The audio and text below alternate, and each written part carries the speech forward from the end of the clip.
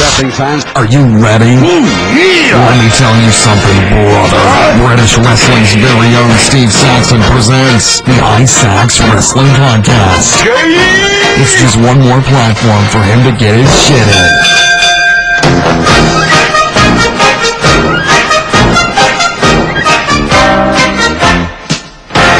And welcome to the iSax Wrestling Podcast. Welcome to episode 3. Thank you very much for tuning in today. This is a WrestleMania special, so there's going to be no music, there's going to be no interview. This is strictly about the WrestleMania, the WrestleMania week, in fact. For any wrestling fan, is like the run-up to Christmas, with Christmas Day being WrestleMania Day, the Sunday, the 2nd of April this year. There's a lot going on. There's a lot going on over in Orlando, Florida. Doesn't matter, there's loads of independent shows going on in and around Orlando. Even the Brits are over there. Progress Wrestling, ICW Wrestling, they're all over there at the moment for the first time ever. You got the WWE Access, the fan access area. I've seen videos online, I've seen photos online. It looks absolutely amazing. For that alone, I'd love to get over to WrestleMania one year myself. And that's the beauty of it. Because of social media, because of the WWE Network and, of course, WWE.com, you're able to follow, even if you can't afford or you don't have the time to be over in America to experience WrestleMania, and you're still able to experience it. You can see what's going on. You can see the exhibitions they've got going on. You got guys like the Click having one night only. You got the influx of Brits over there holding special shows, standalone shows, as well as access shows. You've got the Hall of Fame on Friday evening, which is tonight. I'm recording this on Friday. Tomorrow night you got NXT on Saturday, and then on Sunday you got the grandest stage of them all. You got WrestleMania 33 with one hell of a card, one of the biggest cards I think that WrestleMania have ever produced. I'm picking that apart. When I say we, of course, I mean myself and Michael R. Holland III, that guy Chris Dutton. We're going to be picking it apart, pulling it apart, ripping it apart, and just not only looking at WrestleMania, but looking at what's going to happen after WrestleMania as a result of the things that will take place at WrestleMania, in our opinions. So thank you very much. I hope you enjoy this show, and I will speak to you after this. It's now time for the iSax Grapple Vine with Steve Saxon, Michael R. Holland III, I'm a last man. and that guy, Chris Dutton. Okay guys, so we're back. I've got Mike with me, I've got Chris with me, and this is your WrestleMania Roundup. How you doing, gents? I'm doing good, mate. Yourself? Yeah, very good, very good. Looking forward to WrestleMania this year? I'm looking forward to no matter what the card is for WrestleMania, I look forward to it every year because it's an excuse to get everyone round and have a night. It's like when the Yanks do the Super Bowl and they get everyone round, make a big deal out of it, and that's what we like to do with wrestling. So I'm looking forward to the whole night itself. I mean, don't get me wrong, the card looks great, but I think it's just the sense of camaraderie for the evening.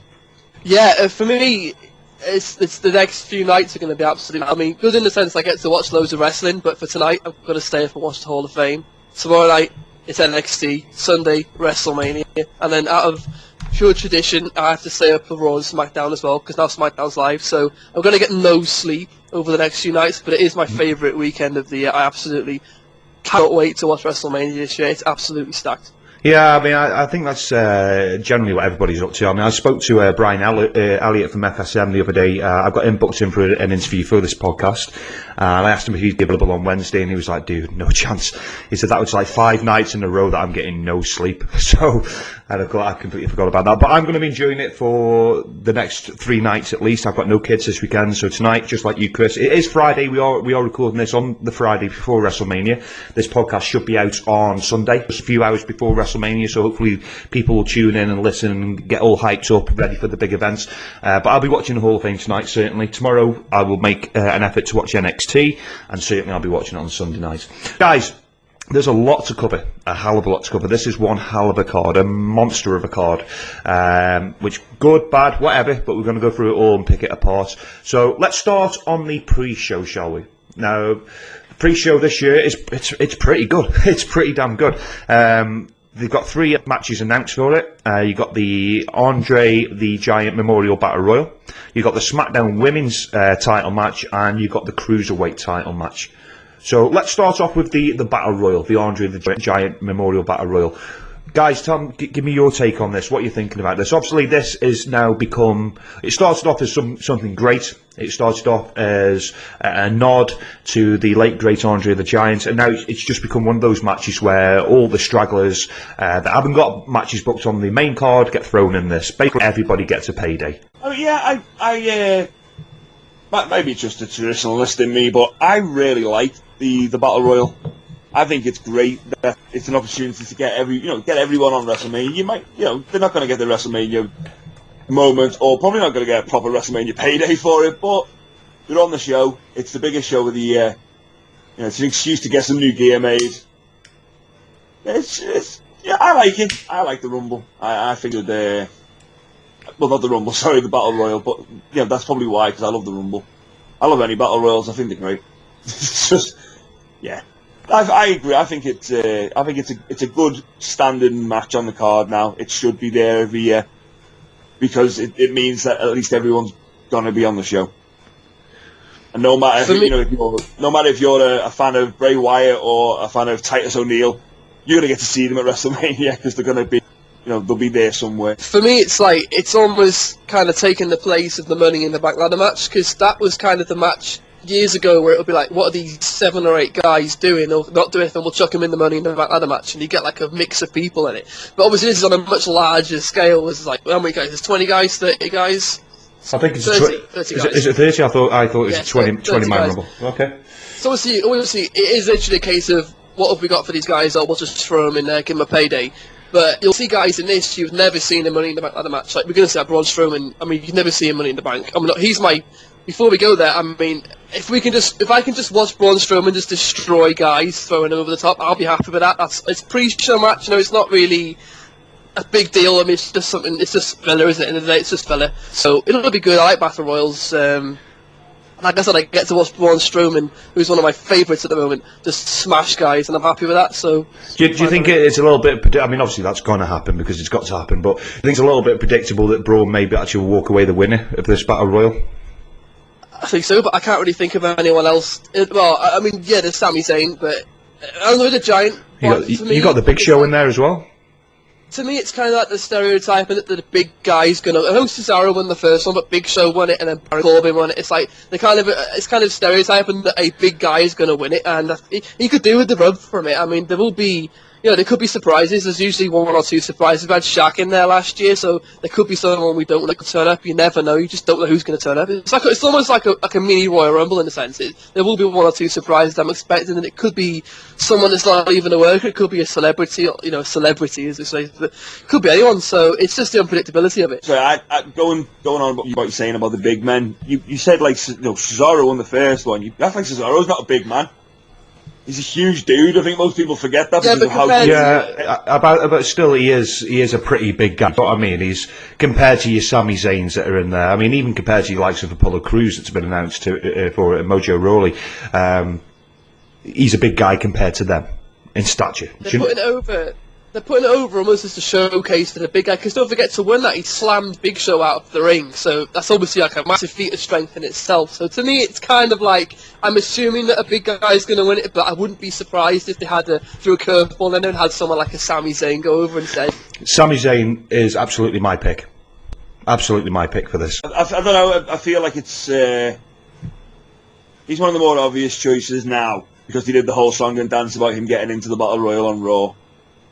So it does kind of, it pushes him higher up to higher up the card. I don't know. I think they need to give Braun Strowman some, because they pushed him for ages. He was undefeated. He was knocking people around left, right, and centre, and then they had him job out to Roman fucking Reigns of all people. Yeah, I think there's good reason for that, though, isn't there? I mean, they're trying to build Roman ready for this Taker match, the Taker angle, which we will get onto later. But another point of Braun Strowman is the way that they've had him kind of reacting. He's the big guy. He's battered everybody that there is to batter. He's thrown them all over, and he does a great job. He's probably the best big man I've ever seen.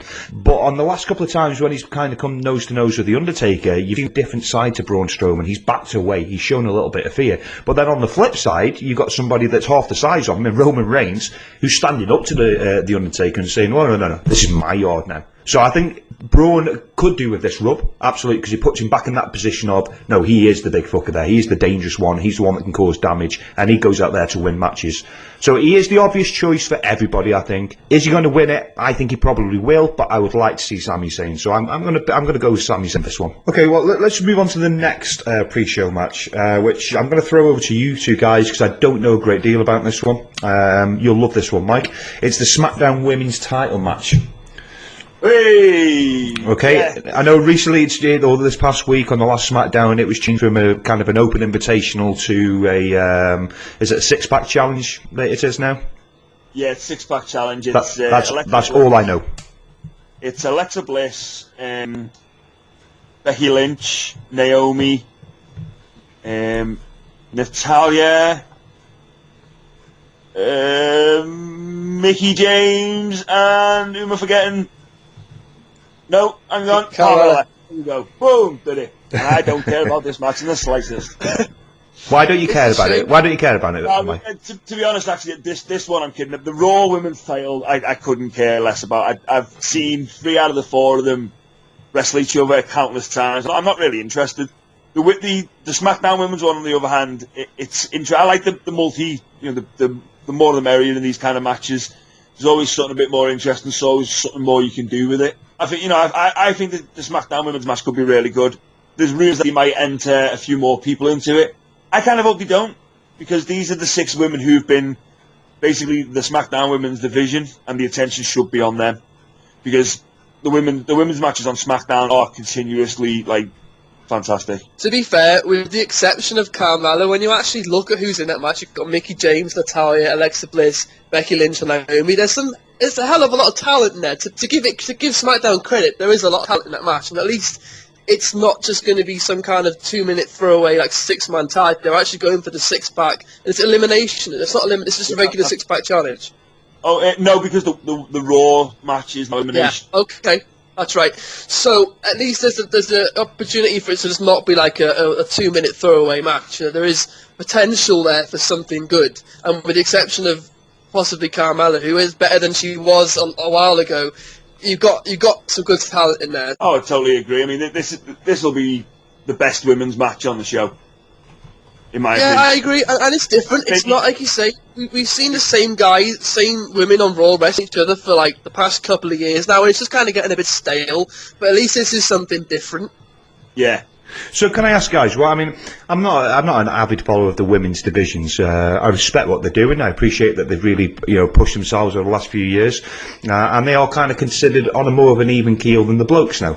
Fair play to them, but it's not something that that rocks my boat. Why, if this is better to you two guys, why has this been pushed to the pre-show over the Raw Women's match? I think it's just because of the people you've got on Raw. Obviously, when you've got people like Sasha and Charlotte and Bayley, I think they're gonna have precedent over your Carmella and your Naomi. And some people might not agree with that, but I just think if they had to put just one of them on the main show, they'd probably go with that one over this. Agreed. Yeah, the likes of Bayley, Sasha, and Charlotte have been so heavily exposed in media. Especially Sasha and Charlotte having the massive match last year with Becky Lynch. As far as women go, they're putting the money into Charlotte, Sasha Banks, and Bayley, so they're obviously going to have to be on the main show. Yeah, they've got more stock. They've got more stock on the roster, and I guess they can't put both on for time constraints. I mean, there's enough going on main card as it is. I don't think it hurts to push this down to the pre-show. Oh, agreed. Okay then, guys. So I'm going to have a pick for this one. Mike, who are you picking for a winner? For me personally, it's a toss-up between Alexa Bliss to retain or Naomi, and I'm gonna go with Alexa Bliss to retain. I think she's a fantastic heel champion. She's original but very familiar. Okay. If you understand what I mean. Yeah, absolutely. You look at her and you go, yeah, she's definitely, you can tell who's taught her how to play the heel. You can tell she's one of Dusty's. Yeah, Chris, who are you picking for this one? Well, with respect to you, Matt, I completely understand your choice. I'm going to say I think Naomi is going to win, purely because it is her hometown, and she obviously had to vacate the belt due to injury. And I think if she hadn't have had to vacate the belt, she would have been champion now, defending anyway. So I think she's going to walk away with the win.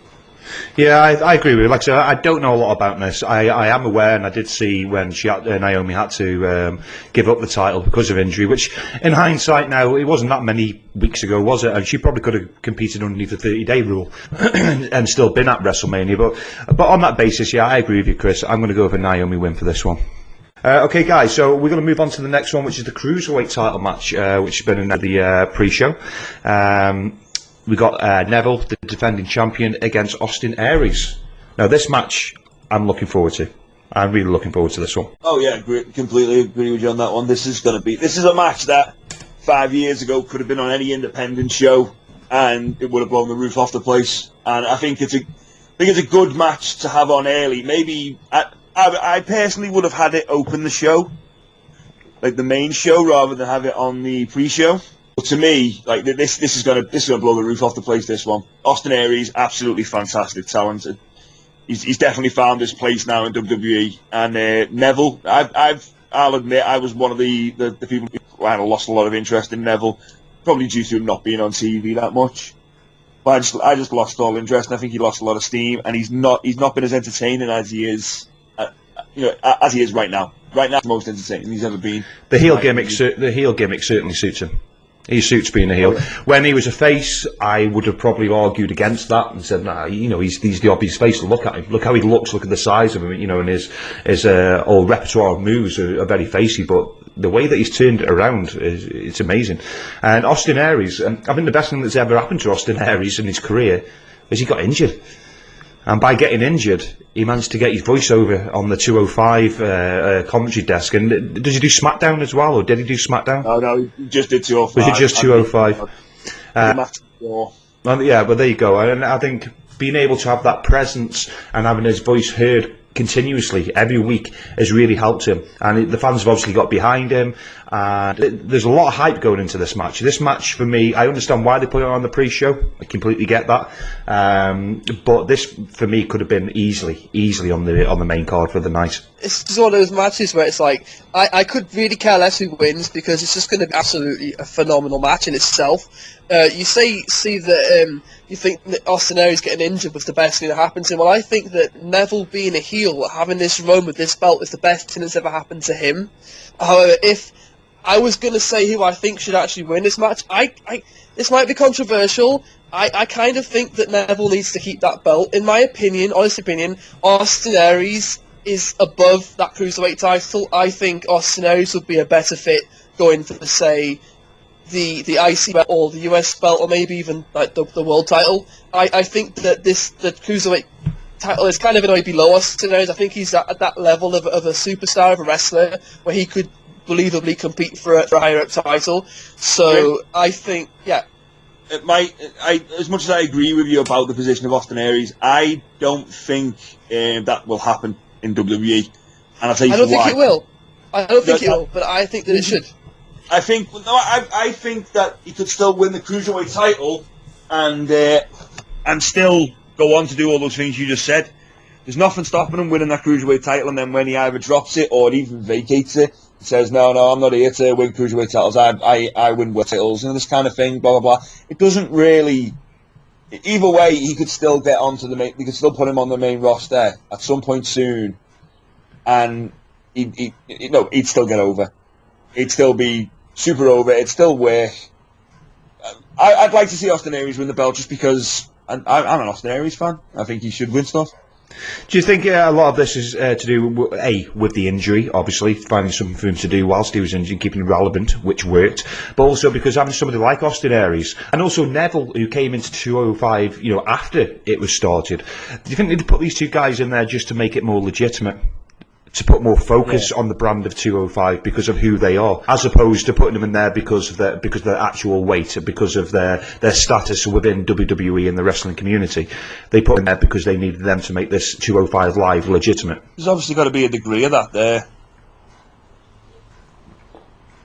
because obviously, the 205 Live, they brought in a lot of guys, great, but the guys from the tournament, some of the bigger names from the tournaments, where did they go?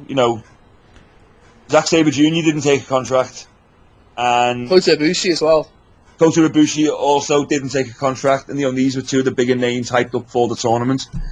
So yeah, they do need to get some names in there now, and I think Austin Aries is a perfect choice. If you're going to have one match at WrestleMania for the belt, this is the one you would want to put on. Definitely. Yeah. So a good booking decision by WWE. I don't think it's a terrible booking decision to put him on the pre-show. But who do we think is going to walk out of Mania or the Mania pre-show as the champion? Who are we going with, guys? I'm going to pick Austin Aries. I'm going to pick Neville purely because I think that the belt will be better on him, and I think that he needs to have this belt for a while and continue this heel run. I think it's the best thing that's ever happened to him.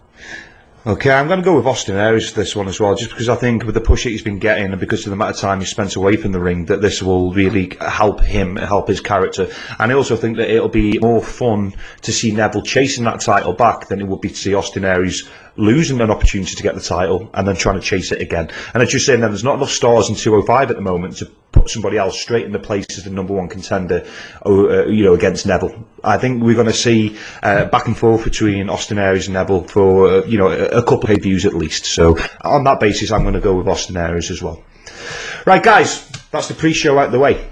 Very good pre-show, I must admit. But now we're on to the main WrestleMania card, and I want to kickstart with another one of Mike's favourites. I want to kickstart with the Raw Women's Championship match. Again, I know, compared to SmackDown, I know a lot more about the females involved in this. I know a lot more about the angle. I'm still not invested in this match. So, on that basis, I'm going to throw it to you first, Mike. Right, well, what I'm going to do is right now what I'm going to do at WrestleMania. I'm going to go for a pee break. So I'll let you all take over. Chris, it's over to you. Well, I mean, look, here's the thing. This is one of those matches. You've got the wild card. You've got Nia Jax in there, who, whether she should be wrestling like on the main card of Mania is up for another dispute. But this match just kind of feels stale. We've seen these guys wrestle so many times for the past couple of years on pretty much every show, every Raw. They're wrestling each other anyway. For me, other than the fact that it's elimination, you've got that wild card. This just feels like more of the same. And I'm hoping that they utilise the big stage of WrestleMania to do something big. And by something big, I am thinking maybe a Sasha Banks heel turn, or at least a seed for it. At least make it count. Yeah, I agree. I don't think it'll be a seed. I think we'll see the full turn. Here's how I think it'll go down. I think the three smaller girls will take out Nia Jax straight away. I think they'll all team up, they'll work together, and they'll get rid of the big girl first, get rid of the threat. I think then that Charlotte will go second. I mean, it'll be a big surprise. Everybody expecting her to walk out of WrestleMania as the champion just because we've seen it so many times and because of the legacy behind her name. Leaving Bayley and Sasha. I think this is where we'll see the heel turn.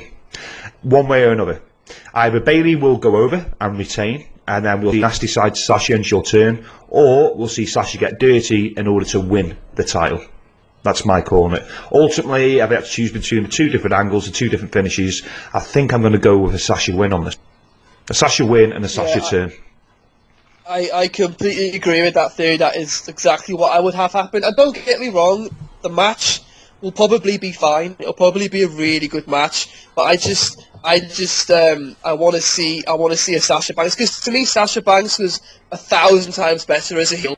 That gimmick was just made for her as a heel. It's just ideal, and I think no matter how they go about it, she needs to leave, or at least very soon have that belt back and be that heel champion. Whether it means winning the belt at Mania, or like you say, potentially losing and then turning it post match. One way or the other, I want Sasha Banks to have that belt. Yeah, I mean, Sasha's had she's had a great run as a face. She is so over, unbelievably over. She's now got a massive amount of stock in her favour. So for her turn heel, I don't think there's any better time. It's WrestleMania. I don't think there's any better stage for that to happen. Whilst the whole world has their eyes on you, do it then, because it'll make a big impact. And let's face it, Bayley is so over as the smiley little sweet face, who's a little bit naive.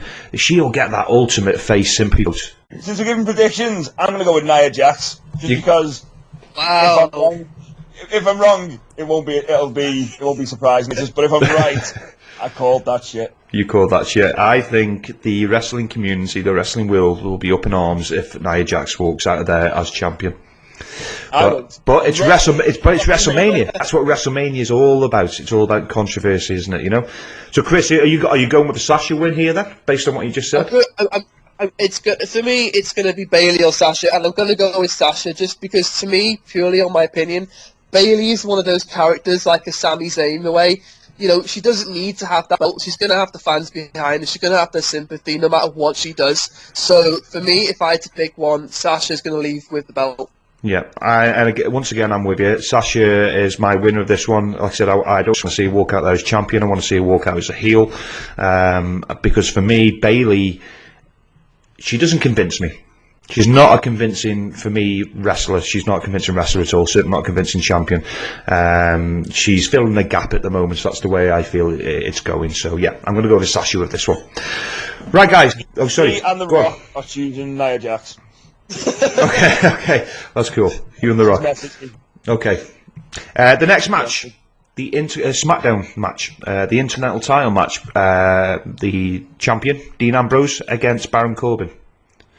Now, I'm going to say with this one, this is not a WrestleMania match for me. Yeah, this is a SmackDown match. At best, it's a pay-per-view match. It's a roadblock match. You know, it's no WrestleMania match. I am not a great lover of Dean Ambrose. I don't like his style. I like his character. I like his gimmick, but I don't like his wrestling style. I think he looks painful and sloppy. Baron Corbin, he's Vince McMahon's wet bean, isn't he? An ex-football player, is he? Yeah? Yes. Yeah, an ex-football player, big dude, needs to sort his hair out. He can shift for a big guy, but he just seems so plastic to me. It just seems to have no charisma at all. So I'm invested in this match. I'm going to go out on a limb here and I'm going to say that, you know, Baron will probably walk away having won the Intercontinental title, given that last year he debuted at WrestleMania on the main roster. He went on to win the Andre the Giant Memorial Battle Royal, which was amazing. Although when he won that, I was like, who the fuck's this guy? But, you know, like I said, that's what WrestleMania is all about. So I think 12 months down the line, it's shocking that he hasn't had that title already. So I think this Sunday, or tonight, if you listen to it tonight's the night for Baron Corbin, I think. Yeah, do you know what? I'm going to have to agree on that one. I think they need to get that.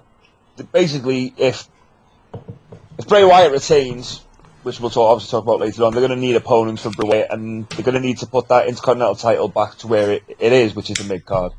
And Baron Corbin right now, for me, he's a good guy to put the IC belt on. This is the time to get some momentum behind him.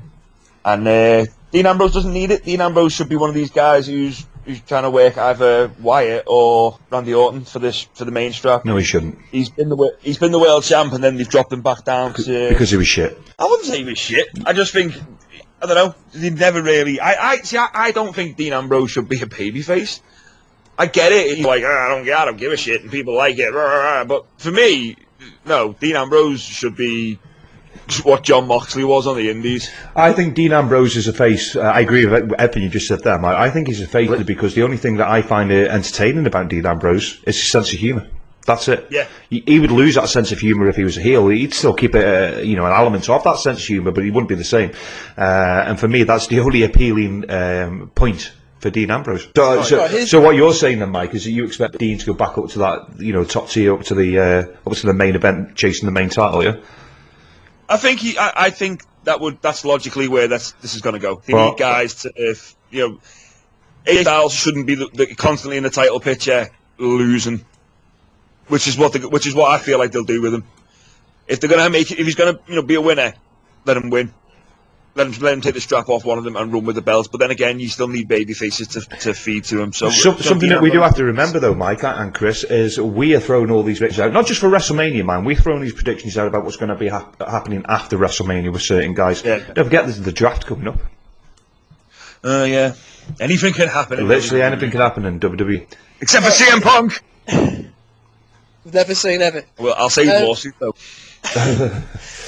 Here's the thing. I agree with both of you. Baron Corbin needs to win. And say what you will about Dean Ambrose. I mean, he doesn't really do anything for me personally. But you're right. He should be up in that. If you look who's in the main event now, you've got AJ Styles, Bray, Orton, Cena's part-time. I mean, who else have you got? Maybe Miz, Ziggler. It's like, who else have you really got that's on that main event level? If you're going to put anyone up there, I guess Ambrose does need to go back up there just to have a bit of variety in the main event.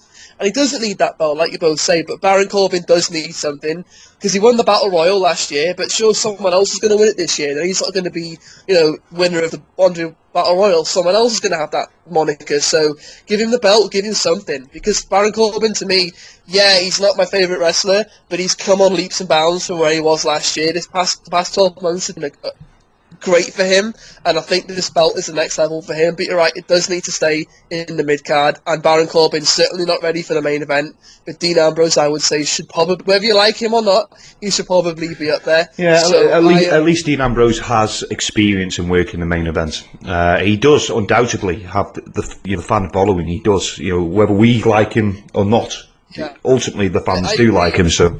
I agree with you, Mike, completely. I would much rather prefer to see the Jon Moxley character in WWE. I don't know how well it would translate to WWE's style, but this comedy kind of wacky babyface gimmick is just a little bit stale at the moment. I prefer Dean Ambrose as a heel. Honestly, I loved his Shield gimmick as a heel, but obviously, as a babyface, he can't do that. And yeah, you would lose a lot of that humour and that wacky side. But at the moment, he doesn't do anything for me. His character, I don't enjoy watching his character. So, I want to see him move on to other things. I'll predict that Baron Corbin will out. Yeah. Same here. So we're all agreeing that Baron's going to walk out as the IC champion, and Dean Ambrose needs to go back down to NXT. Right, guys, moving on. Oh, sorry, go on. We haven't got an FCW anymore, have we? NXT's literally as far as it goes. As far down. Yes, that's awesome. No, send him down to Mexico somewhere. There's a few promotions down there. Let them fucking have him. He doesn't have to be entertaining. Just fire him. Just get rid of him. The next one, the Raw Tag Team Championship ladder match. Of course, it's a ladder match. WrestleMania is not WrestleMania without a ladder match. We've lost the Money in the Bank, which I used to look forward to every year, and I was pleased with. But it's not. I was pleased that at least there is going to be a ladder match. But looking at the guys involved in this match, they're not your typical ladder match sort of guys, are they? No, none of them. But no, I would say these guys are your typical going to take a huge bump off a ladder. It's WrestleMania, it's a ladder match. I'm pretty sure we're going to see Enzo Amore maybe die. maybe be in a coma for the next 6 Raws or something. I don't know. He makes up for how little of wrestling ability he has by just not giving a shit, doesn't he? Really. I mean, you've seen that movie we've got with Cass, where Cass just launches him over the top. Yeah. We're going to see that tonight. We're going to see that on Sunday. He's probably going to go through a table with it. Yeah. This match, I feel personally, this match has been designed for an Enzo and Cass win, because the teams they're going up against, it's in a pure wrestling match, you're going to get annihilated no matter what, because there's only one wrestler on that team. But at least with a ladder match, you can have the scrappy young Enzo fighting right up at the end, where he gets up and he manages to get the belts. So, I mean, I feel like that match has been designed to cater to a Enzo Amore and Big Cass win. There's nothing wrong with that. It's the Raw after Mania will be 12 months after their debut, and for them to win it at their first Mania and then their anniversary celebrate, it'll be a big deal. I personally wouldn't. I'd love to see Anderson and Gallows just run roughshod with those belts for a bit longer. But if you're going to do it, you see, I understand completely what you're saying. Although that is my call. Gallows and Anderson, I think they're going to walk out as champions. I think it's going to be a big shock factor that they'll walk out. But there's a reason I say that. The Hardy Boys. Now, obviously, been speculation for many weeks now since the fallout with TNA, and of course they've gone to Ring of Honor and won the tag straps there. Are they not actually competing at Ring of Honor this evening, Friday? No, Saturday. So tomorrow evening. My prediction is that they will lose the Ring of Honor titles, and on Sunday, after GNA win the ladder match, there'll be about 1,000 drones above the arena. The Hardy Boys music will hit, and out they'll come, and then we'll set up a run between Gallows and Anderson and the Hardys. That's my prediction for this match. I think personally, I think it'd be fantastic, but I don't know. I think maybe you can bring back the Hardys.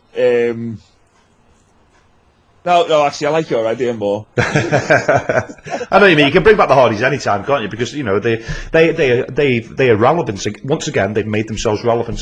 But it's WrestleMania. It's a WrestleMania, and it's a tag team ladder match. Yeah, but what if they brought them back to SmackDown first? What if the whole point was that they were bring them back, and like the Usos haven't got a tag title match? You know, why wouldn't they come out? Why wouldn't the Usos come out and kick off? We ain't got a tag title match. We're the Usos. And then go, we challenge anybody. And then Matt Hardy's like, you knew I'd come. And then they win the SmackDown tag titles, and then win the Raw tag titles. Because they're free agents. Exactly. You know, Maybe, there's so many different avenues you can go down with the Hardys. I don't think you need to take away from the three current best teams on Raw to get the Hardys over when you're not doing anything with the SmackDown tag team champs.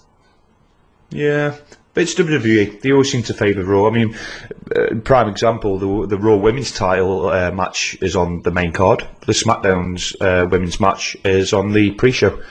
They always seem to favour. Doesn't matter if SmackDown's doing better in ratings than Raw, which they seem to be doing a lot of recently, or since the brand separation.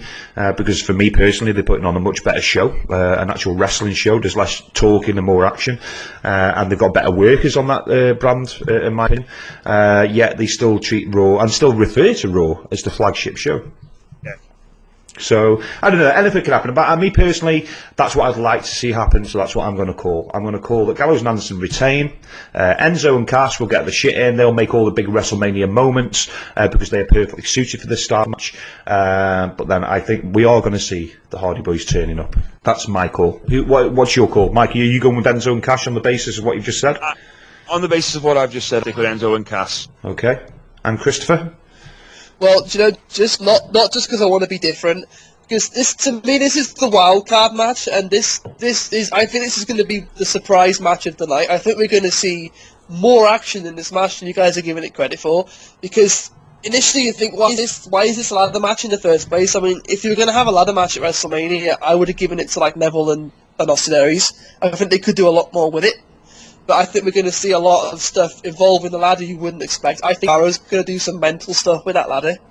But if I had to predict a winner, I can't stand Enzo and Cass. I really don't. I'm waiting for them to turn. I fucking hate the gimmick. I just can't stand it. Anderson and Gallows, I like him. I don't like him as much as I liked him in New Japan. I think they were 10 times better there than they are here. I think it suits them better. Totally agreed.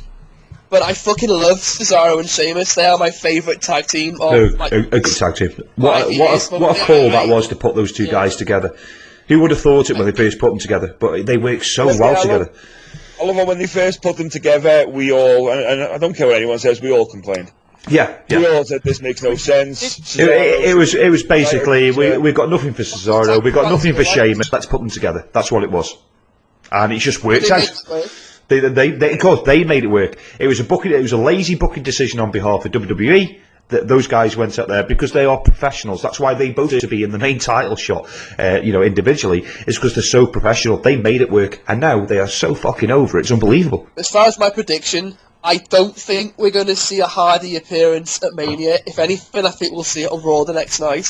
Yes, I agree with Chris on that one. I think it's got to be a case of Raw the next night. It's be the perfect time for them to come back. I disagree. I think the Raw the next night is obviously it's going to be the Mania Fallout, as will SmackDown, of course. But I think the Raw the next night, which we will get onto, but I think it's more going to be about the Finn Balor return.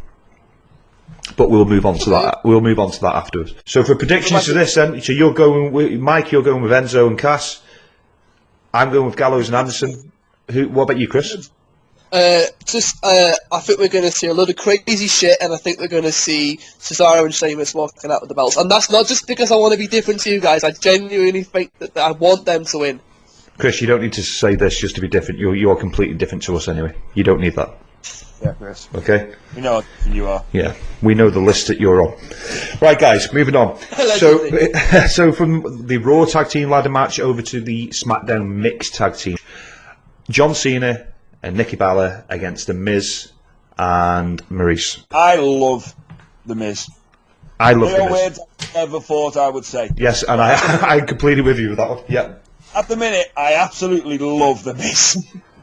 We're talking. Give him that microphone and he is one of the best heel talkers that I think I've ever seen in WWE. Agreed. Give him just. He needs to. I think he needs to be back in the title picture. I think regardless who wins the Randy Orton Bray Wyatt match, regardless who walks out champion, put Miz on with him straight away. It doesn't matter if Orton's the face and Wyatt's the heel, put Miz on. They're just going to fucking hate on Miz anyway. And if he actually won that title, should at the WrestleMania, which I do think will happen. I think WWE, especially on SmackDown, where they have got the influence of Shane McMahon, who's a bit more forward-thinking than perhaps the Stephanie McMahon and Triple H, and you've got Daniel Bryan on there as well. They see this. They must see this. They would not have the Miz on every single fucking episode of Talking Smack unless they had 100% faith in him on the microphone. He's amazing. He gets so much natural heat and he doesn't even have to try. Yeah, my God, has anyone's stock risen higher than the Miz's in the past 12 months? Since they put him back with Maurice and had this Hollywood gimmick, he's just, even, like, you've got guys like Kevin Owens on that roster, and to me, Miz is a better talker than Kevin Owens. You've got Paul Heyman on the roster. I think if you put Paul Heyman and the Miz against each other, I think the Miz would give him a run for his money. He's fucking gold on the microphone, and, he got... So, I mean, let's be honest, we know John Cena's going to win this match. It's clear that's going to happen. But if there's anyone deserves more than Miz, he's worked so fucking hard, and I think a title run is what he deserves. He's worked his fucking ass off, and I can't say, considering the last time we saw Miz and John Cena at WrestleMania, just to save it, I think this match is going to be a surprise. I think it's going to be a very, very good match. I think it's going to tell a fantastic story. It might not be the best wrestling match itself on the show, but I think it's going to be. I think I say the vignettes themselves, the vignettes on their own. Sorry, have just been absolutely amazing, and have been worth watching the show for. But I think. I mean, you say you think John Cena is going to win. I don't think John Cena needs to win on this one. I think give Miz the win. No, I disagree. This is not about John Cena needing to win.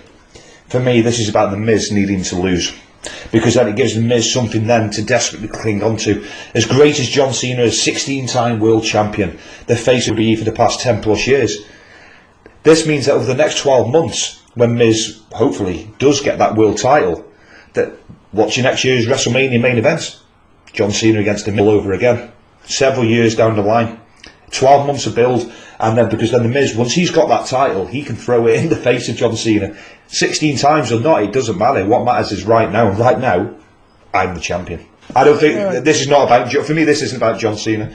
I think the thing with the John Cena element in there is I've heard a few rumblings and a few rumours about at the end of this match, after the John Cena win, because let's be honest, as we just said, it's going to happen, that there might be a certain proposal stemming from Total Divas and Total Ballas. What do you think about that, guys? We're going to see John Cena finally pop the question. Well, couldn't care less. The storyline-wise, that'll be perfect, because the Miz would react in booking terms to Nikki Bella and Cena getting married after you've had Maurice and Miz saying, "Oh, you're never going to marry him. You're never going to marry." That would keep the feud going, and the fact that he lost at Mania as well, like you say, you could keep this going till SummerSlam, Survivor Series, Mania. This would go on as long as you want it to, and I would be perfectly happy with that. I would love to see this continue. I don't know. I think this is the wrapping up of this. I mean, apparently Cena's going to be stepping away again because I think he's got another film or something. Oh God, no! Doing more outside of wrestling. He could go, but there's nothing to say that Cena couldn't win at Mania, leave, and then you could have just the Miz just in the moaning about it for the next few months. Yeah, exactly. Every week you could just keep it going. It could be quite ironic that the Miz could kind of flip this on its horse, just like John Cena did with The Rock. That John Cena wins his WrestleMania match, pushes through his misses, disappears for a few months, films another film, and then the Miz is still there every single week. And that's exactly the problem that John Cena had with The Rock, a problem that he put out there public. The Miz just needs to do the same thing. 7 months later, John Cena comes back ready for SummerSlam, no doubt. You match there, ready to go. It writes itself. Yeah. It's perfect booking. Yeah. So are we all going with a John Cena win on this then? It certainly sounds like it. Yeah. Yeah, I'm going to go with a John Cena win. Yeah. Okay, guys.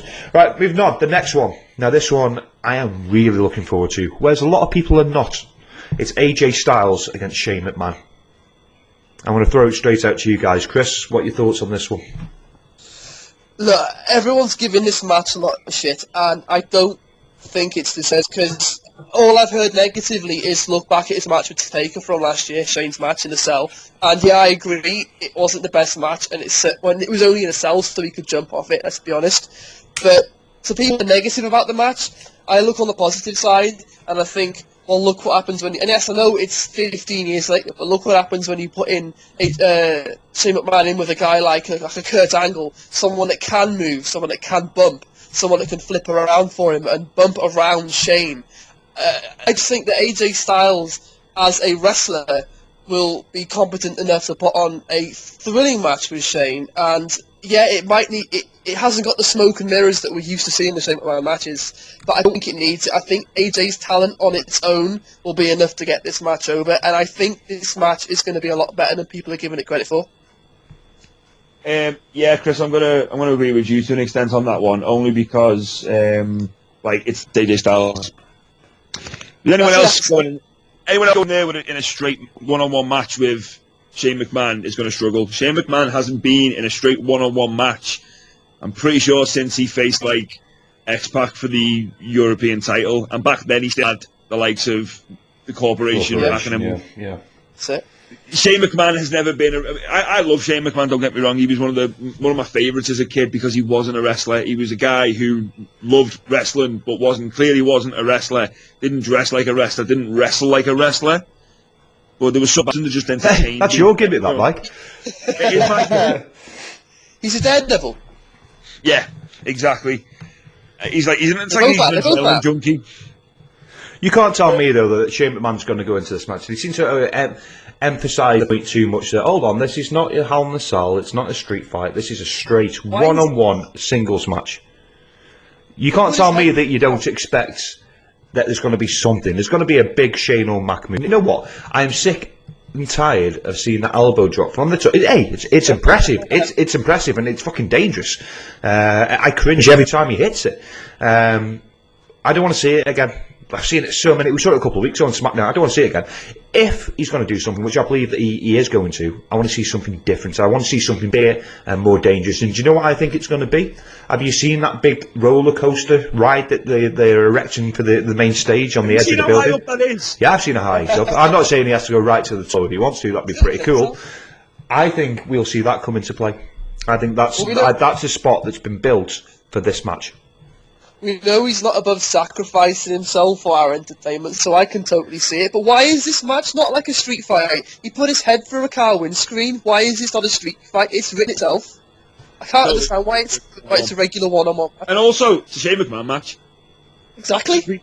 Should we not be getting some kind of crazy gimmick? End upstairs, trash cans. Hey, for all we know, Shane McMahon could have spent the past 7 years in intense wrestling training and purposely didn't do anything last year like that against The Undertaker. Save him for this one. We know he can wrestle to an extent. We know this. But he's not on the same calibre or on the same level as AJ Styles. He can do spots. We've seen him do shooting star press before. He can do it. It's just he has to have the platform to do it, and I think this is the ideal platform because he's got to go toe to toe with the greatest wrestler in the world. So he's going to have to put all the stops for this one, especially if he's limited to a regular match. I think we're going to see an early on ref bump. Yeah. That's my call exactly, Mike. A ref bump in the opening few seconds and the longest ref bump ever. The ref will be down for 20 minutes. Maybe a small appearance from Steve Blackman. We haven't got a hardcore match on this card or a street fight. What is stopping Shane just coming out because he's a GM and just saying, look, this is now a no DQ match? That's true. As he comes out. That's true. That's something I never thought of. Yeah, that's completely true. What if he came out right as the match was about to start and went, it's now a no DQ match, and also I'm not wrestling yet. Here's Steve Blackman. Does he come out? Does he come out with Al Snow? Yeah, Al Snow comes out with him. Then I'm sold. No, he's not going to be involved later on. I love head cheese. we know we've heard. You've done more than here. So, what are we going for the predictions this then, guys? Are we going? Is Shane going to be able to do something with this? Is he going to be able to pick up the surprise win? Will it benefit him in any way moving forward to win this match? It's going to be a good match, but AJ Styles is going to win because there's no fucking way that anyone's going to believe that Shane O'Mac, no matter how good he is going to beat AJ Styles because he's AJ Styles. Agreed. Yeah, I agree completely. Unless you see some kind of bullshit where Daniel Bryan runs in and like fucking knocks out AJ Styles and like Shane gets the win. That's the only way Shane is going to beat AJ is if like someone helps him win. So I'm picking AJ Styles for this. Okay. Yeah, I'm going with AJ as well. So that's 3 AJs for table 3 for that match. The next match is what I am calling the match of the night. It's going to be spectacular. The build to this match, the storytelling, everything has just been perfect. You could not write it any better than it's already been written. It's Chris Jericho against Kevin Owens for the US title. This is my main event. Yes, I just said that. I care about nothing else on this card as much as I care about this match, and that's because they've done an absolutely phenomenal job over the last couple of years, the last couple of months, building it. And it's this is one of those matches. I look forward to this match so much. I don't feel we need to talk about it because if you're watching WrestleMania and you don't know about this match, that's really grim for you.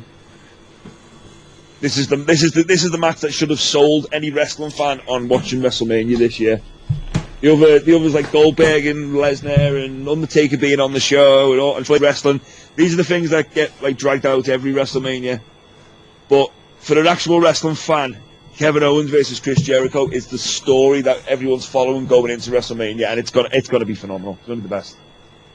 Yeah, this is our main event. Let's be honest. This has been the best storytelling done all year, without question. They broke my heart when they did that angle on Raw when they broke up. That was just absolutely. It was just Jericho's little face. The little face when he saw his name on the list. It was perfect, and the way that he just happened to tip the list just at the right time to show the list of KO or whatever it was perfect. It was excellent.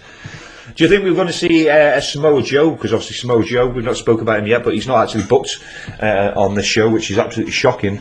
Although there's going to be a reason for it. Do you think this is the match where we're going to see Samoa Joe? I don't think it needs it. I don't think it needs it either. But do you think that they're going to throw him in there to try and keep Jericho strong? I mean, I think it's obvious that Jericho's going to be disappearing after WrestleMania. He's busy. I listened to his podcast. That's completely out there already. That he's got tours lined up with Fozzy. So it's safe to say, win, lose or draw, that he's going to be gone for a few months at least after this one. Yeah, Jericho doesn't need to win anything like this. In 2017, Jericho has said that he is the guy that is there to help other people get over and to put other people over. And I think that's the perfect role for him because he can come in, he can have a feud, he can have a storyline, and then he can get out for a year and go and tour and then come back again and do it all over again with someone else. And I think Kevin needs to get back to that main event level because obviously now he's been stuck in with Jericho. Kevin Owens needs to get back to the world title because that's where Kevin Owens belongs. But regardless, I think this match is going to be fucking awesome. I don't think we're going to see Samoa Joe. Personally, I think we're going to see Samoa Joe in another match later on in the night, which we're going to get to. But for my prediction, I'm going to go Kevin Owens just because, like I say, Chris Jericho doesn't need to win this match, but I think Kevin Owens needs to get his stock back. He needs to get back into that main event scene. He needs that title. So I think Kevin Owens is going to win. Yeah, we've not spoke about the Universal title match yet. We will get on to that shortly. I think it's fair to say whether Goldberg or Brock wins, the Universal title is not going to be a main feature of Raw every week. So that automatically elevates the US title up. Kevin Owens being the US champion, even though it's not the main title, he will be the main guy with the main title as seen every single week. He's going back to that prize fighter gimmick. He's come full circle with Jericho, hasn't he? He's gone from being in that comedy role, a little bit of kind of innuendo between the two, and he's winning his matches because of Jericho, which kind of take away, how legitimate Kevin Owens actually is as a fighter. I think this match will completely turn that on its arse. He will give Jericho such a beating and ruin him and put him out of the WWE for several months, write him out of the WWE for several months while he goes away and does his Fozzy stuff, that automatically he'll be straight back up there. He will be back being that fighter, and he will be a champion prize fighter. Doesn't matter at the moment if it's a Universal title or not, he'll be the US champion, because I believe that the Universal title will not be seen on Raw every single week as it should be.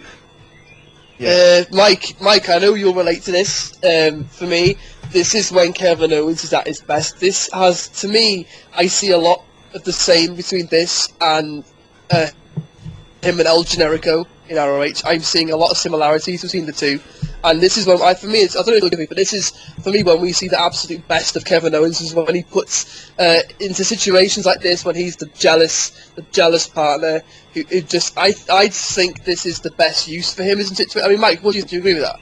When he gets to be super petty and super snidey and just an absolute terrible fucking human being, that's when Kevin Owens is at his absolute best. All this comedy stuff's been great, but I don't care about this comedy stuff. For me, Kevin Owens at absolute best when he's beating shit out of people and cutting really scathing promos about them. And right now, that's what he's been doing That's what he's been doing with Jericho. He did it with Sami Zayn. He did, everyone forgets his debut onto the main roster was cutting these scathing promos on Cena before anyone else was. Now it's common.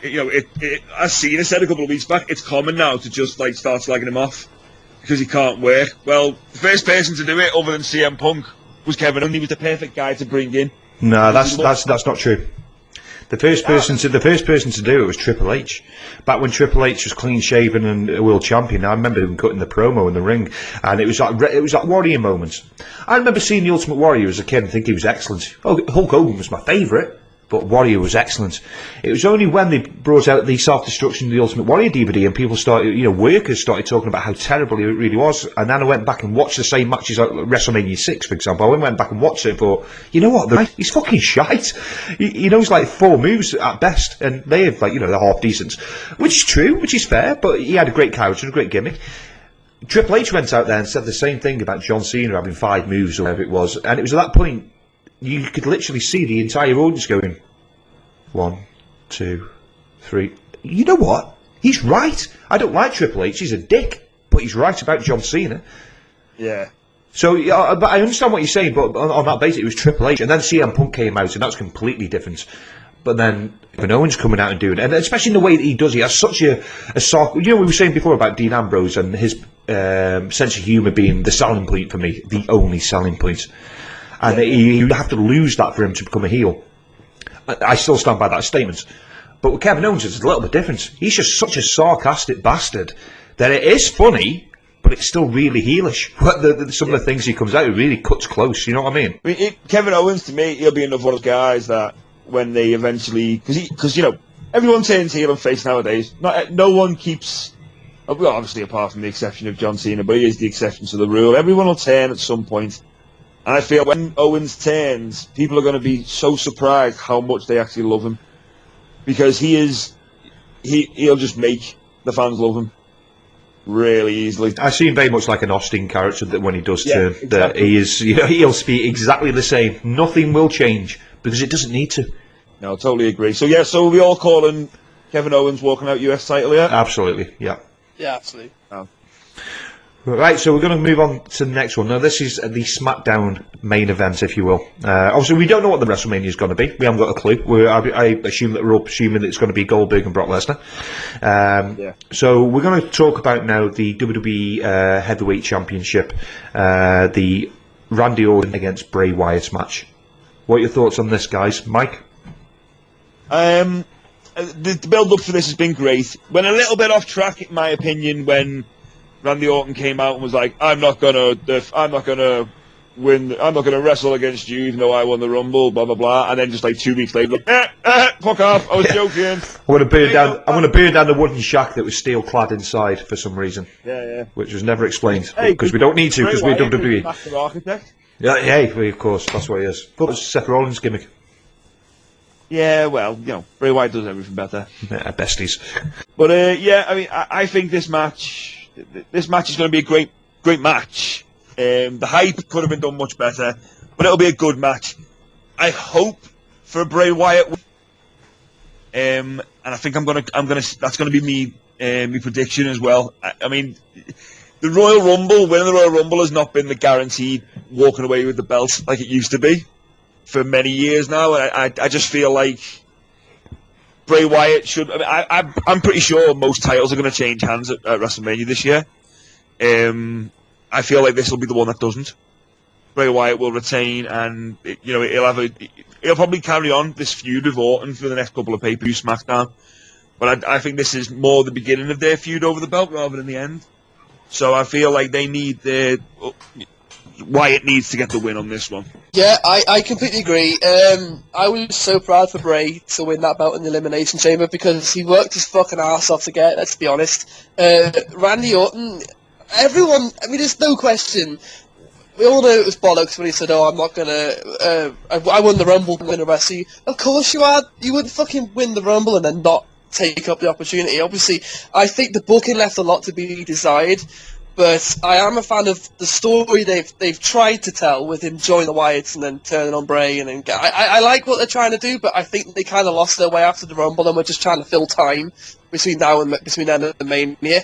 I don't think Orton needs to win. I think Orton is at that point of his career now, almost like a Cena in a way, where he doesn't need to be winning world titles. I think he should be helping over other guys that are up and coming, like Bray, who obviously now has the title. So I would like to see Bray win and retain, because I don't think it's his time to lose. I think he needs a longer run with that belt to establish himself more. I think otherwise it would just kind of feel like he's a bit of a placeholder, and I don't think Bray Wyatt should be kind of typecast as a placeholder. I think he deserves a longer run, and like I say, Austin doesn't really need it.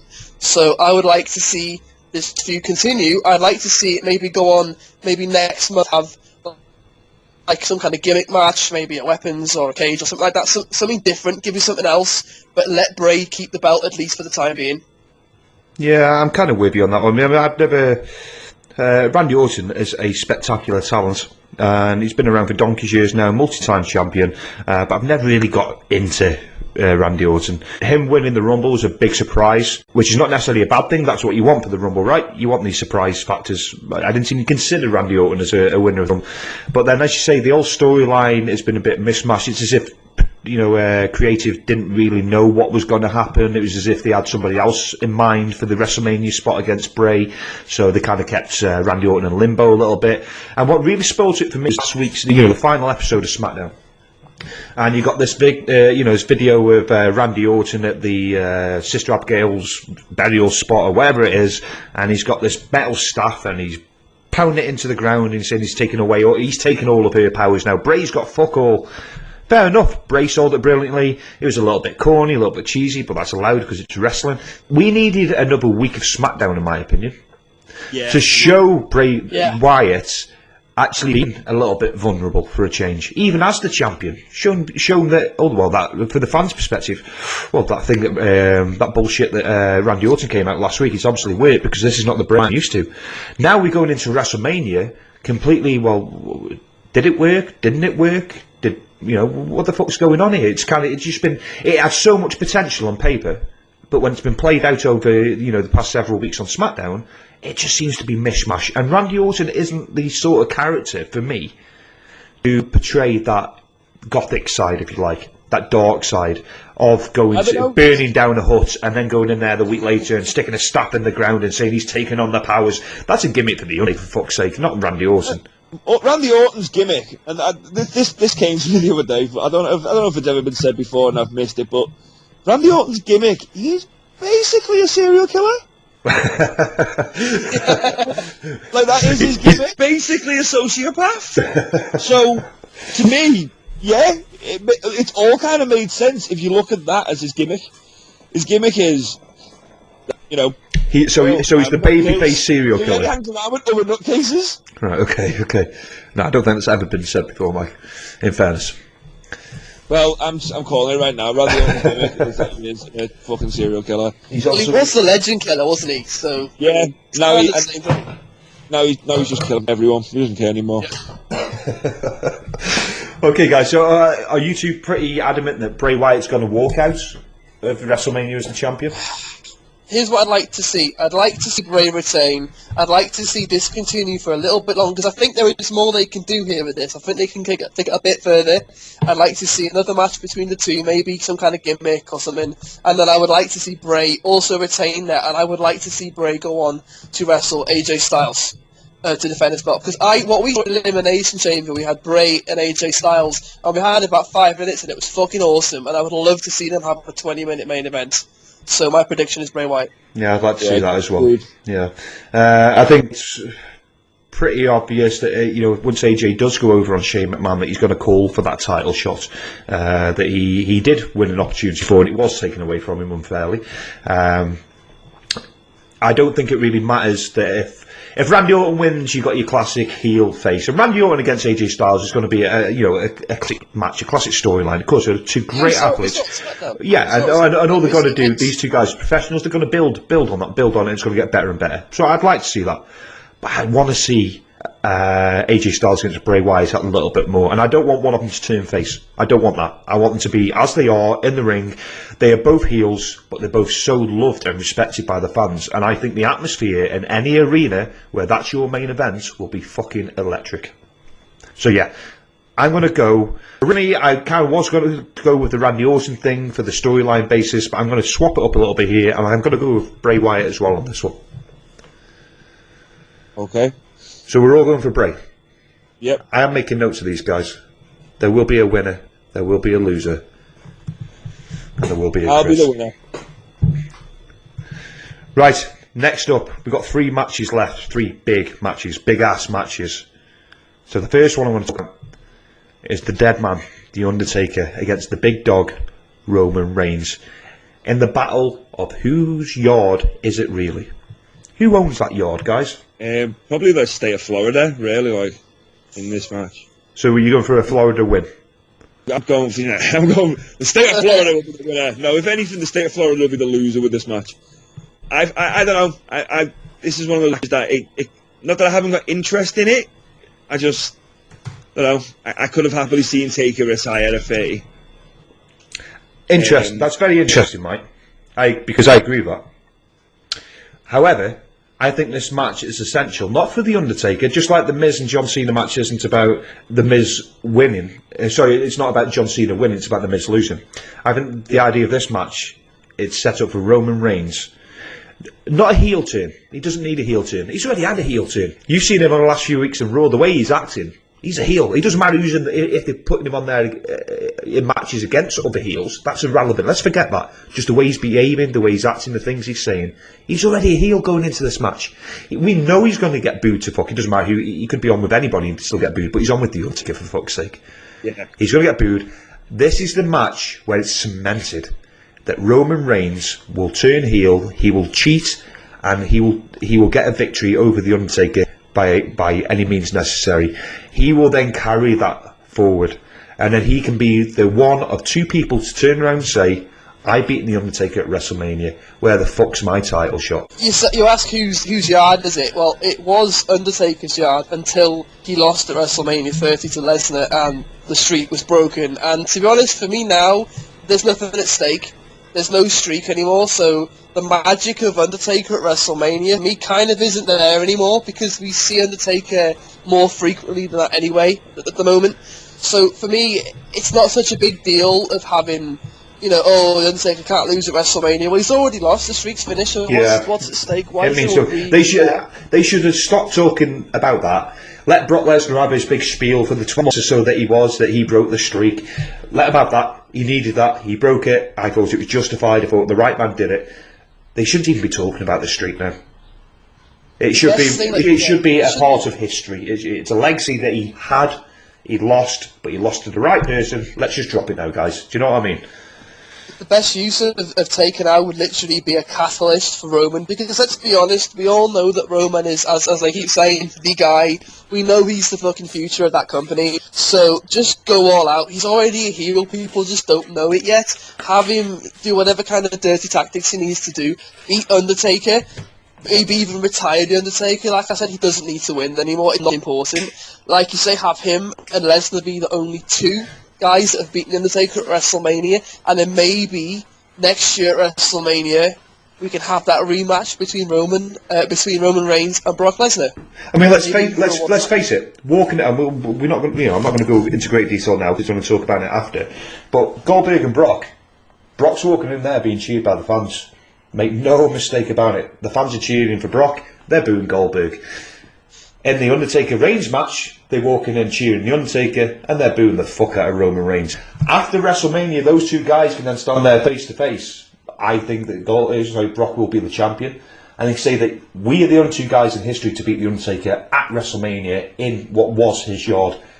You got the title, I want the title. They're cheering you, they're booing me. That's your next big fucking pay-per-view match right there.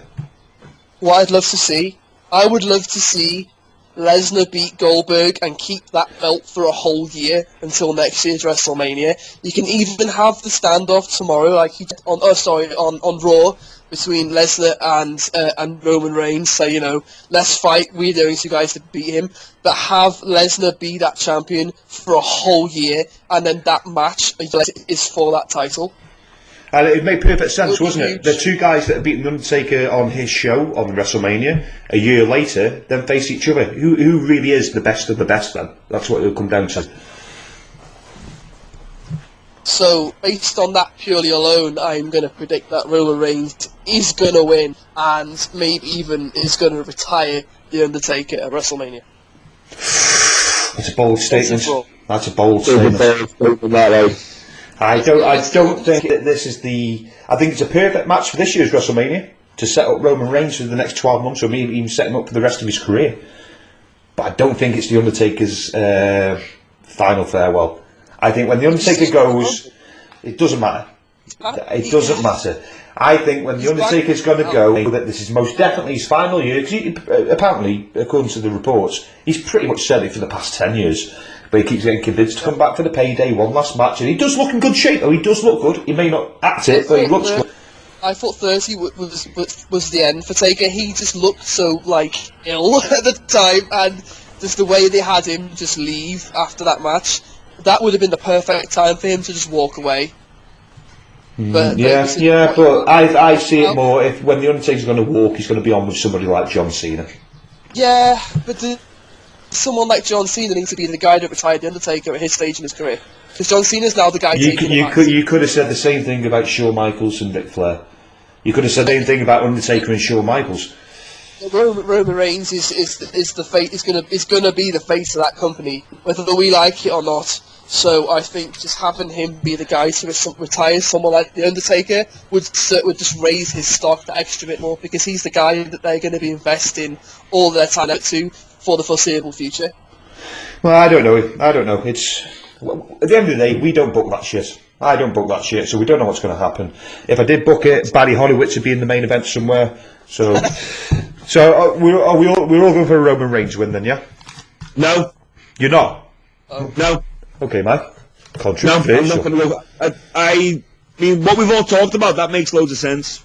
And booking wise, yeah, it's great. I don't know. Personally, I just don't feel like the Undertaker could lose. I just don't see it. There's not enough build-up. But in saying that, I felt personally there wasn't enough build-up to the Undertaker and Lesnar, and then Lesnar beat him. Exactly. That was the one match he's had up to that point where I literally it was a foregone conclusion that there was no way that Undertaker was going to lose, because since they put that little build-up into the match itself, it was almost a foregone conclusion. So, who knows what's going to happen? It's WrestleMania. Yeah, but I'm going to stick with Taker for this one. You're going with Taker, okay? And you're with Roman Reigns, Chris, yeah?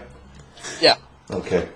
Right, guys, nearly there. We're nearly there. Triple H against Seth Rollins in an unsanctioned match, because apparently there is such a thing at WrestleMania as an unsanctioned match. Talk to me. Yeah, what's happened? Triple H is what? Triple H is the king of the unsanctioned matches in WWE. Surely it's just. Is there going to be a Is there going to be a referee in this match? Well, yeah, of course, it's still a match. So it's an official unsanctioned. Here's the thing. That's just what's confusing about this match. This match unsanctioned. Why isn't the Shane and AJ match unsanctioned? That one should be unsanctioned. Hold on. Fight. So what are we saying that unsanctioned is here?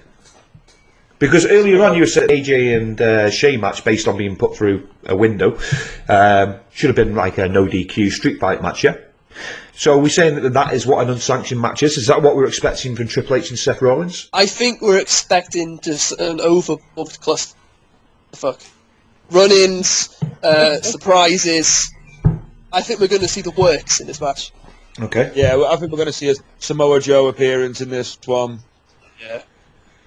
Maybe Maybe even a Finn Balor to come in and make the save. No. I think that's complete overkill. I think they'll save Finn Balor for Raw. Yeah. Someone needs to. Yeah, but someone needs to save. It's on the grapple vine that it's going to be Mick Foley. I heard on the grapple vine, Steve, that you like. That I like what? Grapple gaze. Not all of them. Some, not all. That's true. No comment.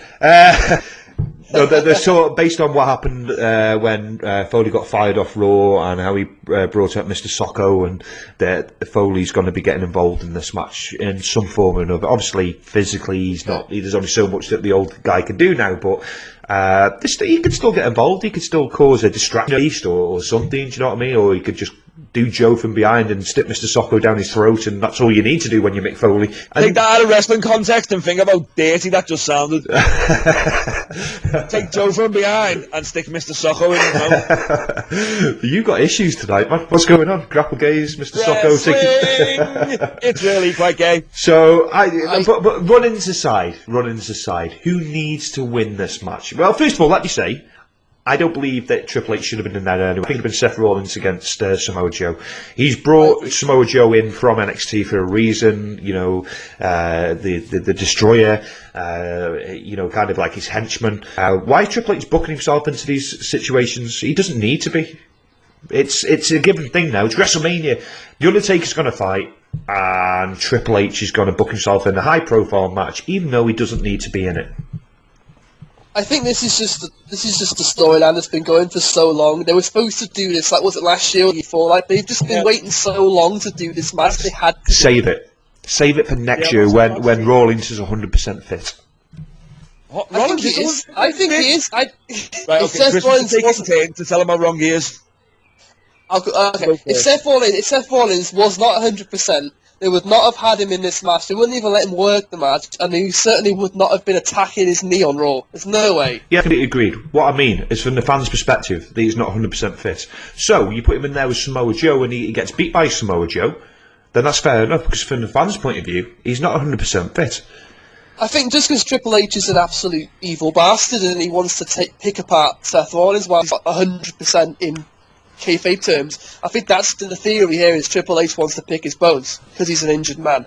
Okay. I'm assuming that's the theory. I'm still not sold on it. It's every year now. It's when's Triple H going to surface? Who's he going to go on with? What sort of stupid fucking entrance he's going to give himself? I think it's irrelevant because at the end of the day, you're going to have Ring General Triple H dragging Seth Rollins to a classic match. You're going to have Seth Rollins doing stupid shit off the rope like he always does. I just think this match is going to be absolutely fantastic, regardless of the fact that Triple H has booked himself in it. Hey, I never said anything differently. It's going to be a great match. Of course it is, because Triple H has booked himself in it, and he's an excellent worker. He always has been, but he just fucking grates on me. He always, I mean, you think about it, right?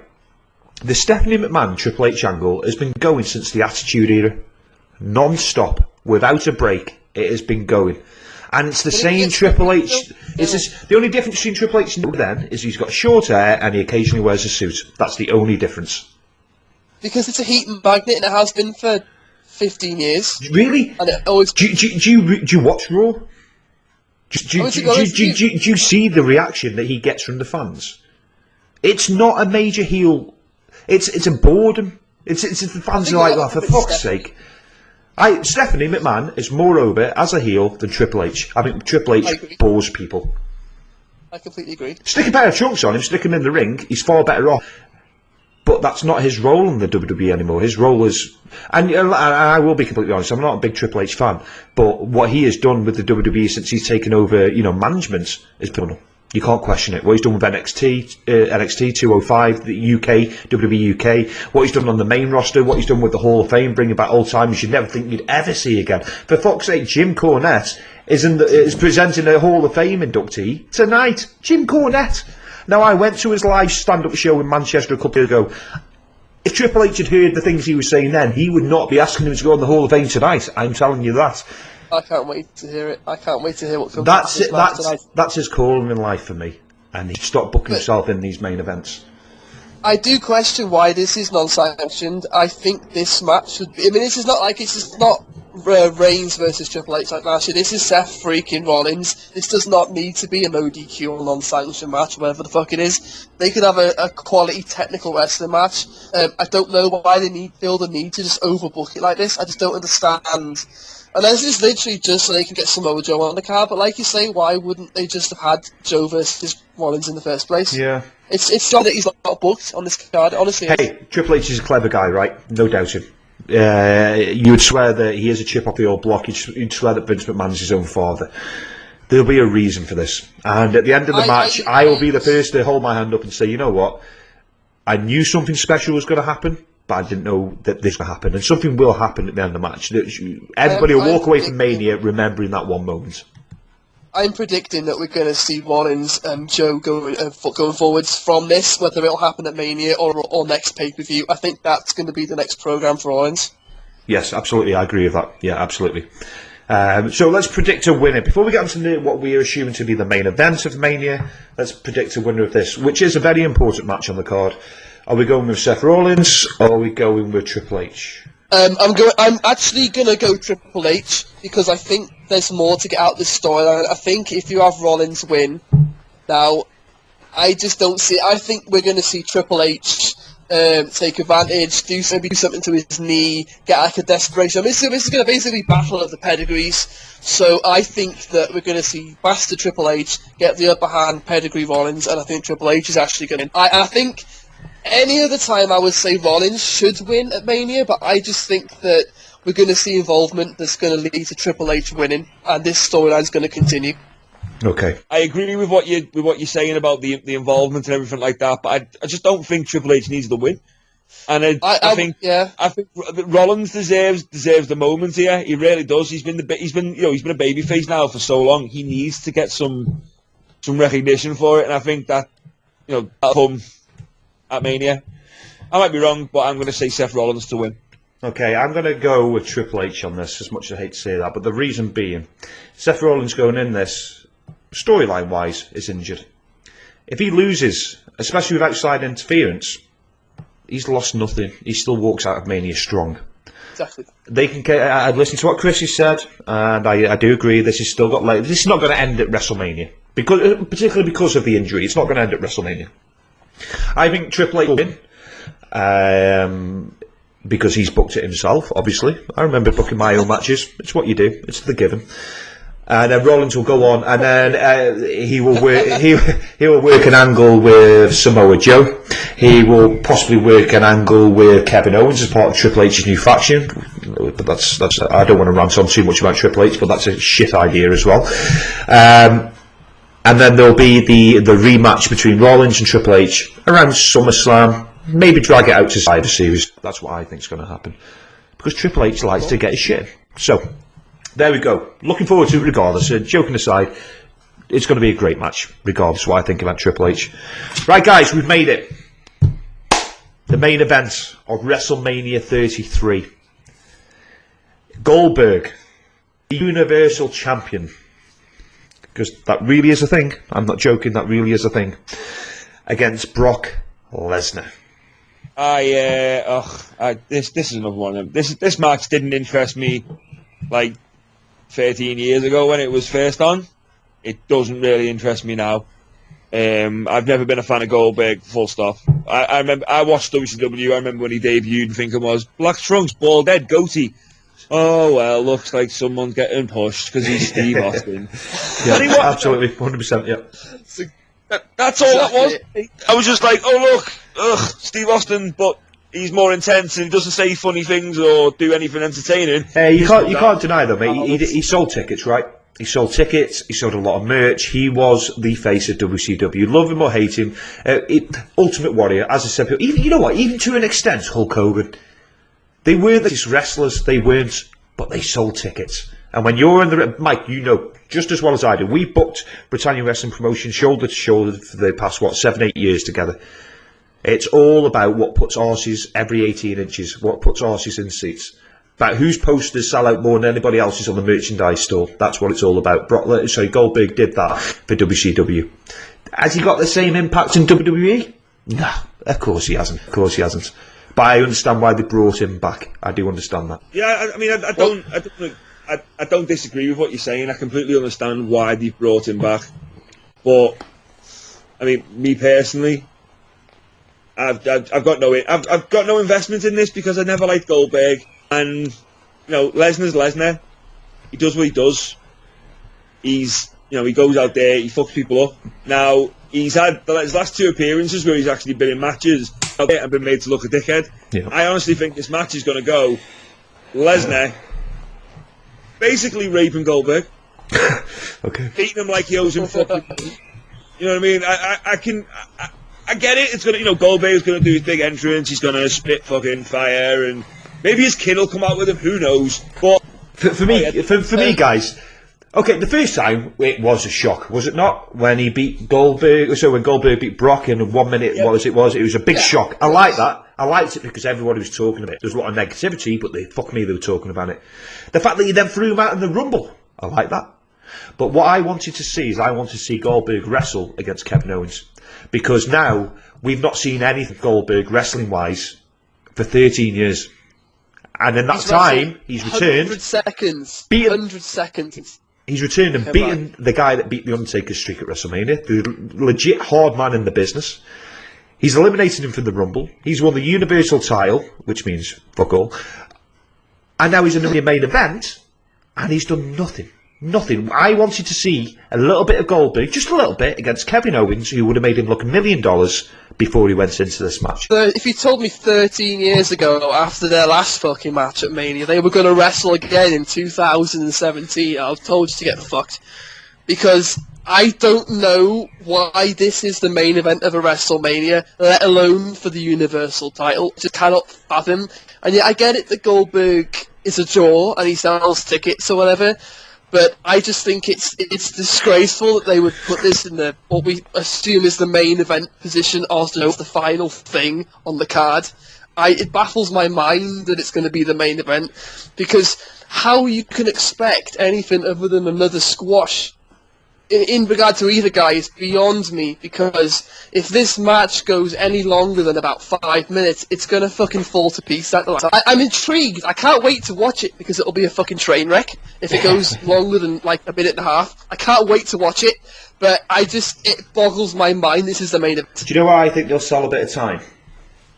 Well, first of all, it'll take them about half an hour to get down the ring. Have you seen the size of that ramp? So I reckon they'll ring the bell as they're making their entrances. Have the little carts from Mania 3. Yeah, probably with little rings attached to it. I think that straight off, everyone's expecting it, aren't they? They're expecting it. This match has got to go longer. I think they won't. No, they will, but I think what they'll do, ding ding, spear, straight away, and everyone will be like, fuck me. Not again. Surely not the main event of WrestleMania. He's going to lock him into that jackhammer. He's going to stop. Brock's going to nip behind, turn around, F5. Both men are down. But Goldberg's taking the F5, Brock's taking the spear, they're both down. They will sell that for a good fucking 5 minutes. And then when they both get back up, it'll go into a fucking full-on brawl. That's how I think. If I was booking that match after everything that's happened, that's the way I'd book that match. The opening of the match. Give them something that they think they've already seen before, switch it up, put both men down, give the fans to behind Brock, because let's be honest, that's what's going to happen. Bring the fans straight back up again, and then go into the full-on brawl, because it's not going to be a wrestling match. We know Brock can do it, we know he can, but we also know that he can brawl better than anybody else. Goldberg is dependent on that brawl element. Yeah, I feel like this match, you're right, Chris, it's going to play in, it's going to be a brawl. It's not going to be a technical wrestling match. It's going to be a straight-up brawl. both guys are going to end up. I mean, there's a possibility we're going to see the both of them end up bloody in this one because they need something. Personally, I think that the only way to save this match is the match that goes to start. Both men are in the ring. The glass shatters, and Austin comes out with Just the whole thing. That would be an amazing way to start this match.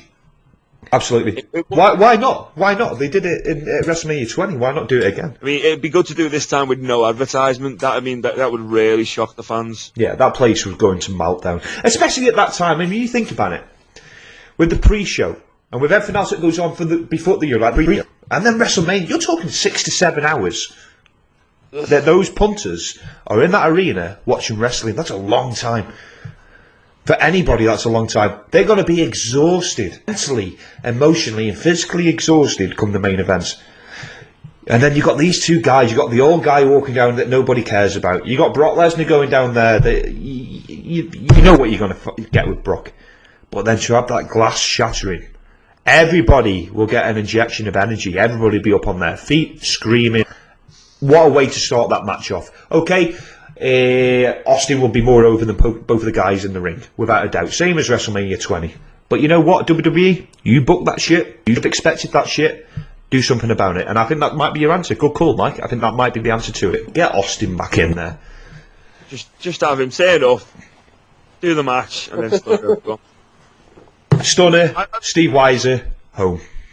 Just wait till it gets to the point where we decide who's going to win this match. I'm still saying Steve Austin. Steve Austin's going over in the main event of WrestleMania. That match he's not even in. I have zero problems with that happening.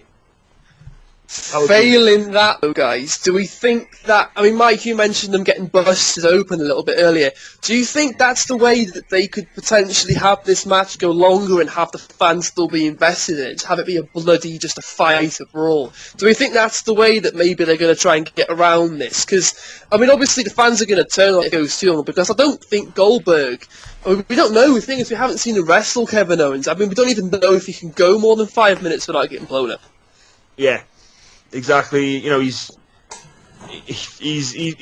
literally come out. He's wrestled about 6 minutes in the entirety of his run since he's been back. The entirety of his career, really, if you put all his moves together. Yeah, but he's definitely not been with it, and Lesnar has the advantage over him there. With he actually knows, he's actually been working for a while. He's been back with the company for long enough now that he can go out there and lead a match. So maybe it will be different this time round. Obviously Lesnar's not on his way out. Goldberg, we don't know, but Lesnar isn't on his way out at the minute. So for me, I just think we should. I think really, I don't know. I'm just not invested enough in this match. That's the thing, right? Regardless, I mean, I'm assuming we all think that Lesnar's actually going to win. I mean, thinking about Goldberg, I mean, realistically, if Goldberg was to win, where can he go from here? I mean, who else can he, wrestle against? Who else can he defend against? How would you get any higher than Lesnar? Barry Horowitz. I'm telling you, mate. Bring Barry back. I'm telling you. Hey, well, if it does, what's next year's WrestleMania? Triple fucking H and gold. God, remember what happened? Yeah. I mean, I'll give him credit. The way they've put Goldberg this run has been 1,000 times better than it was the last time. Oh yeah, absolutely, yeah. Wrestling 20-minute matches every show was it was awful. It was absolute shite. But I have what I would like to see. I mean, again, this is prediction. This is like long-term prediction. I want to see Lesnar win, and I want to see him hold that belt for a long fucking time, and I want to see him, like you said before, go against Roman, being the two guys that have beaten Undertaker at WrestleMania. I think that would be a great long-term storyline you could run for the next 12 months, and I think that the fans would really get behind it. I just don't see anything putting Goldberg over in the main event. I just don't see anything good that can come from that, to be honest. Well, Chris, to be honest, I completely agree with you, mate. I don't see a Goldberg victory in this match, because why? What's the need? There's no need for a Goldberg victory. Goldberg's not staying with the company, whereas Brock Lesnar is. And I think, as we've touched on already, Brock Lesnar being the champ, not being on TV all the time, it'll add a certain amount of prestige to the belt. And we're just going down the same road we've been down before, but this time hopefully we'll get some other guys who get a nice chance to go up against. Other guys can get the chance to go out there and do something with Lesnar. I mean, really, last time we had Reigns, we had Rollins for that one match, and Dean Ambrose. Basically, he's twatted the Shield, like in his in the last couple of years. He needs to go out there and work with some different guys. Now this needs to be. This needs to be a changing point for Lesnar. Take the belt and defend it against different people, so we can get basically get the money's worth out of him. That's my opinion on the matter. Yeah, I agree, guys. I think this is all going to be the Raw after Mania is going to be the big celebration of Paul Heyman and Brock Lesnar. Maybe the final farewell from Goldberg as well, because what else can he do? What else does anybody else want to see him do? Let's be honest. Finn Balor return. Kevin Owens stepping up and saying, wait, got Chris Jericho out the way, I want my title shot now. We're going to see an angle of run between Finn Balor and Kevin Owens. Tremendous, which will ultimately result in one of the two going up against Brock Lesnar. So we're all going with a Brock Lesnar win on this one then, yeah? Yeah. Fantastic. Absolutely. Well, guys, that is it. That is it. We're done. WrestleMania 33. One hell of a card. One hell of a card to try and get through. Thank you very much for your patience. Thank you very much for your input. I know you'll both be watching it. No doubt I'll be speaking to both of you throughout WrestleMania Live. Let's hope it is a good one. Conference going. We'll just have a live. Let's do it. Let's record live for 6.5 fucking hours. No, that sounds awful. Well, hey, I can see the timer on my laptop now. We're not far off it, lad. We're not far off it. I have been off this for the last 30 minutes, so. Well, we've actually managed to go overtime once again, but hey, I believe that this has been an excellent rundown of the WrestleMania card. We've really gone in depth. We've spoken about every aspect of it, every possibility, every outcome for WrestleMania and thereafter. Obviously, as we've gone, we've got to take into account there's going to be a draft coming up very, very soon after WrestleMania, so that could throw everything completely out the window that we've been through tonight. But guys, thank you. Enjoy your WrestleMania weekend. For any wrestling fans, this is our Christmas, right? This is our Christmas. This is our Christmas Eve, Christmas Day and Boxing Day all rolled into one. Enjoy the Hall of Fame tonight, Friday. Enjoy NXT tomorrow. And enjoy WrestleMania on Sunday. And I'll catch up with you guys probably the end of next week, beginning of the week after. We'll have a quick rundown of this, as well as everything else that's been happening in the world of wrestling. For this one, the WrestleMania special, you've both been brilliant. Thank you very much. Well, that's it, guys. I hope you enjoyed this. It's been a very long podcast, but obviously we've had a lot to talk about with the huge WrestleMania card. This is going out on Sunday, just before WrestleMania, so I hope you've had time to listen to this. I hope you've had time to go in. Obviously, you're going to agree with some parts, you're going to disagree with some parts, but that's the beauty of wrestling. That's the beauty of WrestleMania. So go, chill out for a little bit, get ready to tune in to WrestleMania Live. It's a 4-hour spectacle this year.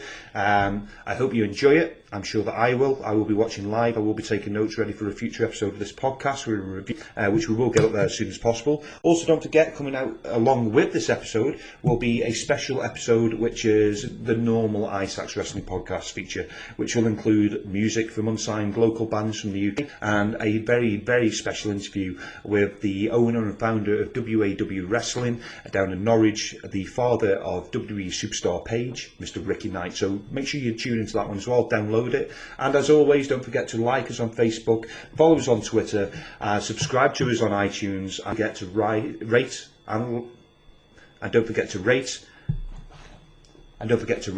comment and share on this podcast. For now, enjoy WrestleMania, and I'll catch you next time.